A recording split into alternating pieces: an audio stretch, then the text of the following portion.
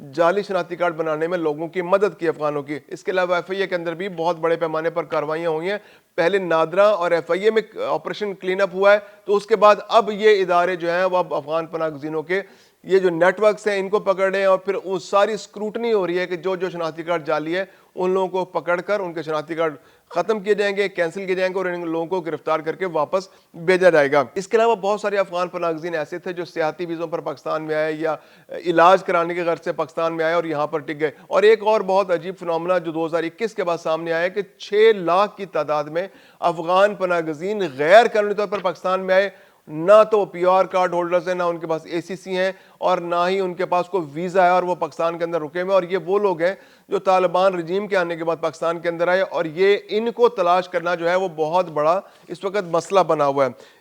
Rawalpindi division جو ہے وہ بڑا امپورٹنٹ ہے، کیونکہ ابھی جو دہشت گردی کا ایک واقعہ جو ہے اسلام آباد کے اندر ہوا، اس کے ویسینٹی میں ہوا، پھر کرکٹ میچز بھی ہو رہے ہیں اسلام آباد راولپنڈی کے اندر، تو وہاں پر کومبنگ آپریشن جو ہے اس کی جو شدت ہے، انٹینسٹی ہے، وہ باقی علاقوں سے زیادہ ہے، اور اب تک راولپنڈی کی جو ڈویژن کی اور راولپنڈی ضلع کی جو پرفارمنس ہے وہ باقی تمام اضلاع سے پنجاب کے وہ سب سے بہتر ہے۔ تو اب تک جو راولپنڈی میں جو آپریشن ہو رہا ہے، اگر ہم کہیں کہ گزشتہ 2 روز میں تقریباً 92 افراد کو گرفتار کیا گیا ہے۔ اس کے علاوہ 1123 گھروں کی تلاشی لی گئی ہے،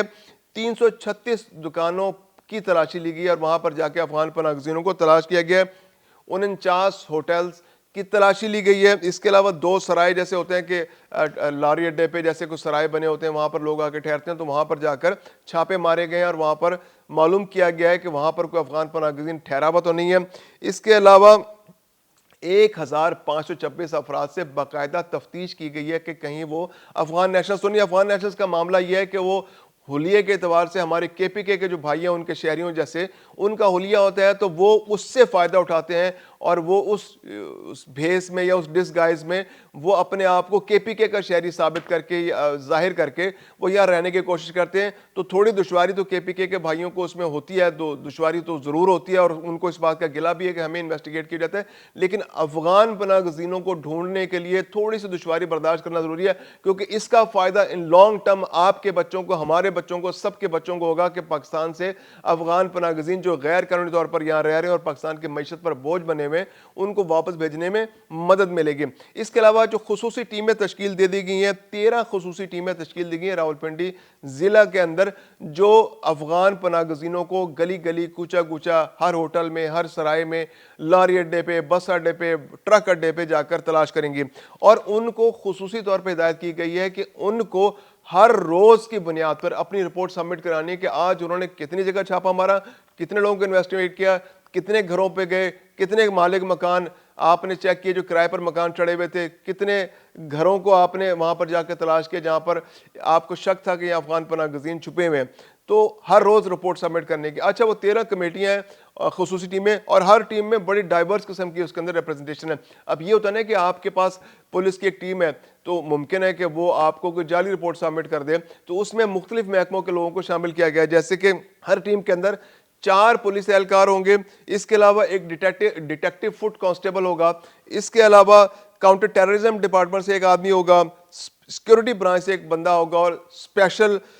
جو برانچ ہے اس سے بھی بندہ ہوگا، یعنی کہ تقریباً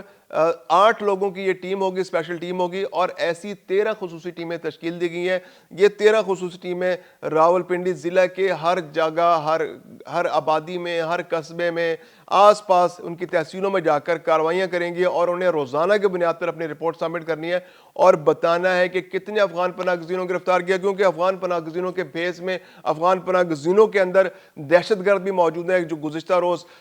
جو پچھلے ہفتے جو اسلام آباد میں جو بہت بڑی دہشت گردی کارروائی ہوئی ہے، اس کے اندر افغان نیشنلز کے ثبوت بالکل مل چکے ہیں کہ اس میں غیر ملکی ملوث تھے اور افغان نیشنل ملوث تھے، اور وہ جو بھارت کی ماں پر را کے جھنڈے پر پاکستان کے اندر دہشت گردی کر رہے تھے، اور ان کی گرفتاریاں بھی ہوئی ہیں، بہت سے لوگ گرفتار بھی ہو چکے ہیں، اور انہوں نے اعترافی بیان بھی دے دیے کہ انہوں نے یہ دہشت گردی کی۔ تو اس کے بعد اب راولپنڈی جہاں پہ کرکٹ میچز ہو رہے ہیں، تو وہاں کے اطراف میں بہت بڑے پیمانے پر کومبنگ آپریشن جاری ہے، کریک ڈاؤن ہو رہا ہے، وہاں سے لوگوں کو پکڑا جا رہا ہے، اور جو لوگ جن پہ شک ہے اور افغان نیشنلز خاص طور پر ٹارگٹ ہیں، ان کو پکڑ کے واپس ان کے ملک بھیجا جا رہا ہے۔